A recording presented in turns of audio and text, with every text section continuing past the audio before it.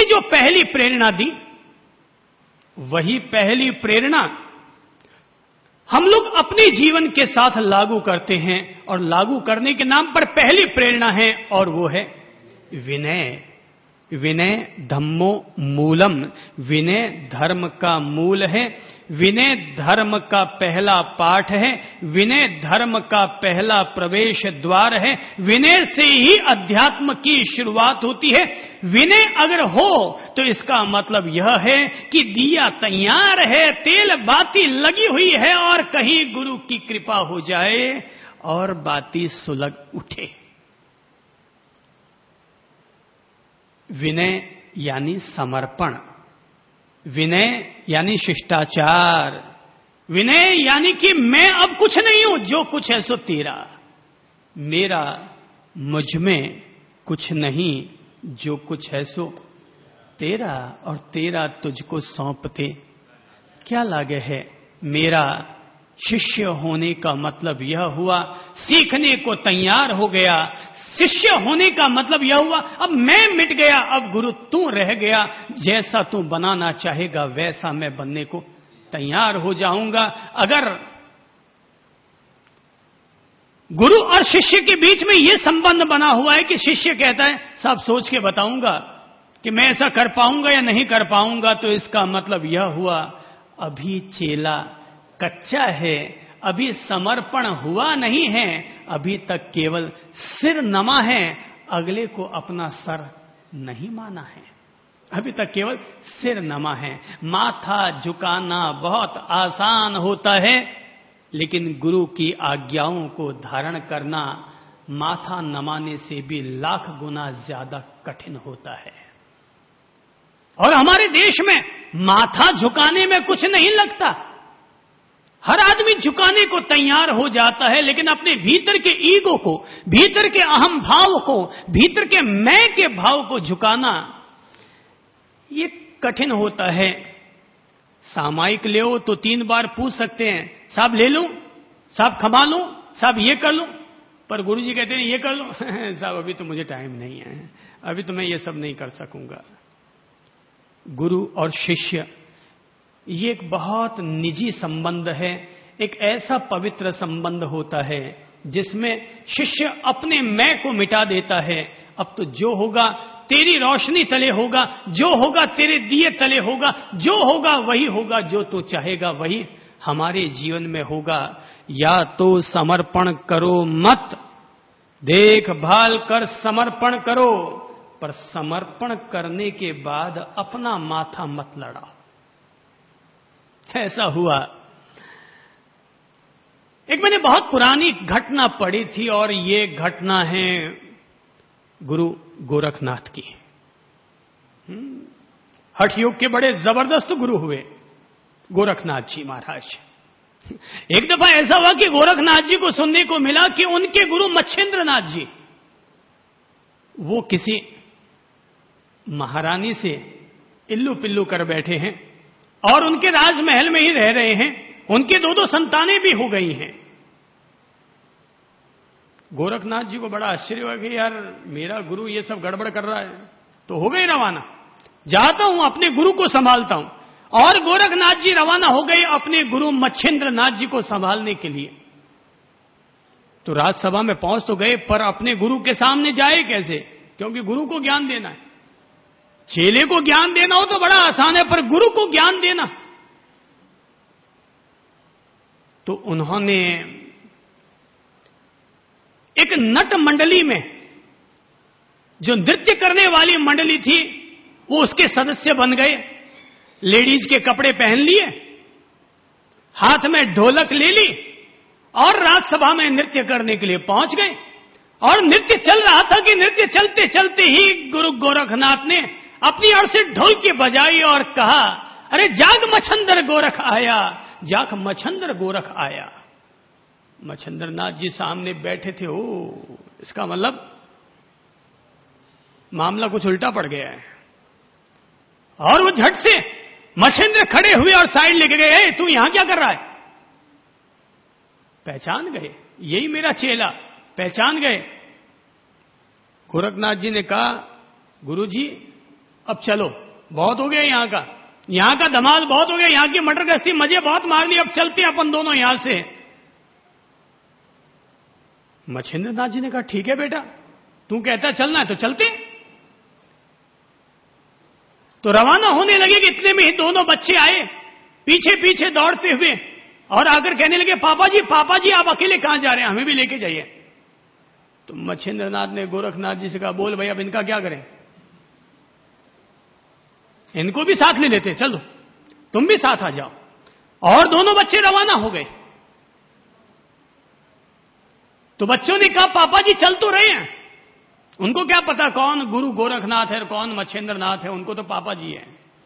तो बोले करे क्या चलते चलते, तो देखा कि निकल रहे थे, राजमहल के बगल में ही एक सोने की ईंट पड़ी थी, वो उठा के झोले में डाल दी, रवाना हो गए। नगर के बाहर पहुंचे, सरोवर के पास पहुंचे, नहा धोकर के तैयार होने लगे। तो गोरखनाथ ने पूछा साहब अपन ने तो नहा धो लिए, ये इन दो बच्चों का क्या करें। मच्छिंद्रनाथ जी ने कहा गोरखनाथ जी से अरे भाई इनको भी धुला पुला दो, इनको भी धो डालो, इनको भी धो डालो। गोरखनाथ जी को तो छूट मिले, इनको भी धो डालो। आए और उठा उठा कर धोबी के सोटे मारने टिकाने शुरू किए, दोनों बच्चों के दोनों के प्राण निकल गए। पानी में धोया और तड़ी पर दोनों बच्चों को सुखा दिया। तो शाम को रवाना होने लगे। मच्छिंद्रनाथ जी ने पूछा दोनों बेटे कहां हैं, बोले उनको तो मैंने धो डाला। बोले बहुत अच्छा किया, आओ चलो चलते हैं। और आगे निकल पड़े। रात को सो रहे थे कि सोते सोते ही मच्छिंद्रनाथ जी ने कहा देख भाई जोड़ी में थोड़ी फिक्र लेकर आया हूं, थोड़ी चिंता विंता साथ में, थोड़ा ध्यान रखना है, झोली तेरे को संभला के सो रहा हूं। तो सो गए। सुबह उठे, आगे बढ़ पड़े। गोरखनाथ जी ने और मच्छिंद्रनाथ जी ने आगे चलते चलते मच्छिंद्रनाथ जी ने गोरखनाथ जी से पूछा अरे भाई वो जो चिंता थी साथ में सोने की ईंट वाली, वो चिंता विंता साथ में रखी है, ध्यान रखा है ना उसका। अरे गुरुजी चिंता मत कीजिए, जो चिंता थी ना उसको मैंने कुएं में फेंक दिया, जो चिंता थी उसको मैंने कुएं में फेंक दिया। मच्छिंद्रनाथ जी ने कहा चलो अच्छा किया तूने, बहुत अच्छा किया। दोनों आगे निकल पड़े। दोनों आगे निकल पड़े कि इतने में ही एक गांव के करीब पहुंचे। मच्छिंद्रनाथ जी ने कहा गोरखनाथ जी से कि भाई देख तू एक काम कर, मैं पहले गांव में जाता हूं, तू पीछे आ जाना। मैं गांव में जाता हूं, तू पीछे चले आना। बोले ठीक है। मच्छिंद्रनाथ जी गांव की तरफ निकल गए। तभी उन्होंने देखा, थोड़े से और आगे बढ़े कि गोरखनाथ जी देखा कि मच्छिंद्रनाथ जी को तो किसी सांप ने काट खाया है और वो उनकी लाश सामने पड़ी है। गोरखनाथ जी के मन में बहुत फीलिंग होती है, अरे यार मैंने गुरु जी को सुधारना चाहा, पर ये सुधरे कि नहीं सुधरे पता नहीं, पर ये मर गए बेचारे, मुझे गुरु हत्या का पाप लग गया। रोते सुबकते उदास होते हुए गोरखनाथ जी गांव में पहुंचे। तो जैसे गांव में पहुंचे तो देखा कि वहां पर तो उत्सव मना हुआ है, होली के रंग खेले जा रहे हैं। गोरखनाथ जी ने पूछा कि बोलो भाई क्या हुआ तुम्हारे गांव में इतना ही उत्सव कैसे है। बोले कि आज कई सालों से एक बाबा समाधि में बैठा हुआ था और वो समाधि आज उनकी खुलने वाली है। वे 7 तालों के भीतर बंद पड़े हैं, 7 तालों के भीतर बंद पड़े हैं, 7 दरवाजों के भीतर बंद हैं और आज उनकी समाधि खुलने का समय आया है। सो सारा गांव उत्सव मना रहा है कि आज बाबा के दर्शन होंगे। गोरखनाथ जी को लगा यार मैं भी ऐसा कोई जबरदस्त योगी है तो मैं भी उसके दर्शन तो कर लूं। सो गोरखनाथ जी भी भीड़ में खड़े हो गए। इतने में ही ताले टूटने शुरू हुए अपने आप। एक टूटा दरवाजा खुला, दूसरा टूटा दरवाजा खुला और सारी भीड़ उस गुफा के अंदर चली गई। तो जाते ही सामने देखा कि गुरु मच्छिंद्रनाथ जी अपनी समाधि में आराम से बैठे और सबको दर्शन दे रहे हैं। गोरखनाथ ने अपने गुरु को अंदर पैकअप देखा, बोले अरे ये कौन सा माजरा है।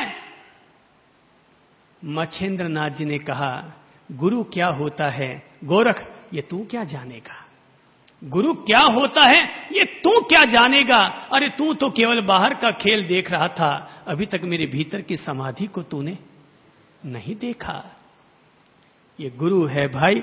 गुरु समझने वाले ही इसको समझ सकते हैं। गुरु और शिष्य के जो संबंध होते हैं ये बड़े निजी संबंध होते हैं, बड़े आध्यात्मिक संबंध हुआ करते हैं। और अगर गुरु को पाया जा सकता है तो पाने का पहला सबसे सरल अगर कोई रास्ता होगा तो वो है विनय का रास्ता, समर्पण का रास्ता, मैं को मिटा देने का रास्ता। अब मैं कुछ नहीं, सब कुछ निःशेष, सब कुछ निःशेष, सब कुछ खत्म हो गया। मैं कुछ नहीं, जो तू बनाना चाहेगा वो बन जाऊंगा। कहते हैं मिट्टी घड़ा बनती है, पर कब बनती है? जब मिट्टी अपने आप को मिटाने को तैयार होती है। मिट्टी मिटती है तो घड़ा बनती है। और जब तक अपन सोचते रहेंगे मैं बना रहूं, मेरा विकास हो, मैं मेरा मेरा, मैं मेरा मेरा, तब तक कि जब तक ये मैं मेरा मेरा बना रहेगा तब तक गुरु के पास जाकर के भी नरक का रास्ता खोलते रहेंगे। और जिस दिन मैं और मेरा मिट जाता है उसी दिन कोई जम्बू सुधर्मा को पा लेता है, कोई गौतम महावीर को पा लेता है, कोई आनंद बुद्धत्व को उपलब्ध कर लेता है। तो शुरुआत है कहां से? कहां से करें अपन शुरुआत? विनय से, समर्पण से।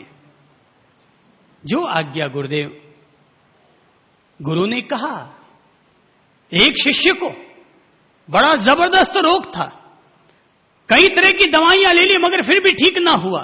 गुरु के पास पहुंचा, गुरु ने कहा कि देखो सामने बिल पड़ा है, उसमें जाकर के हाथ डाल। शिष्य आव देखता है न ताव, और झट से बिल में हाथ डालता है। उसमें सर्प होता है, डंक मारता है, शिष्य को जहर चढ़ने लगता है, निढाल हो जाता है, पर कोई प्रतिक्रिया नहीं करता, क्योंकि गुरु की आज्ञा थी बिल में हाथ डालने की।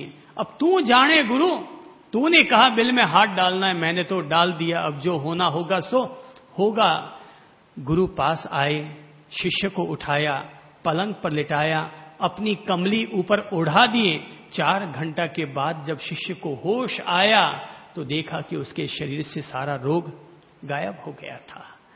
गुरु की लीला क्या होगी ये गुरु जाने। जो हो गया है उपलब्ध, जो पहुंच गया है, जिसने सिद्धत्व पा लिया है, जिसने आत्मबोध पा लिया है, जिसने रोशनी पा ली है, जो परमात्मा की लौ में अपनी लौ लगा चुका है, ऐसे गुरु की महिमा को अपन तो नहीं पहुंच सकते, पर केवल अपन अपने अहम भाव को, मैं को, मेरे को समर्पण तो अवश्य कर सकते हैं। विनय धम्मो मूलम, विनय ही धर्म का मूल है। इसलिए झुकना सीखें, अकड़ना ना सीखें। कोई भी आदमी तभी तक अकड़ा हुआ रहता है जब तक वो कच्चा खिलाड़ी रहता है। आलू होता है ना, आलू कभी देखा है ना अपन सब लोगों ने? आलू सख्त होता है कि नरम? सख्त होता है। वो कब तक सख्त रहता है? जब तक उसको उबालते नहीं है। यानी जब तक आलू कच्चा रहता है तब तक वो सख्त रहता है, और जैसे ही आलू पक जाता है कि वो नरम हो जाता है।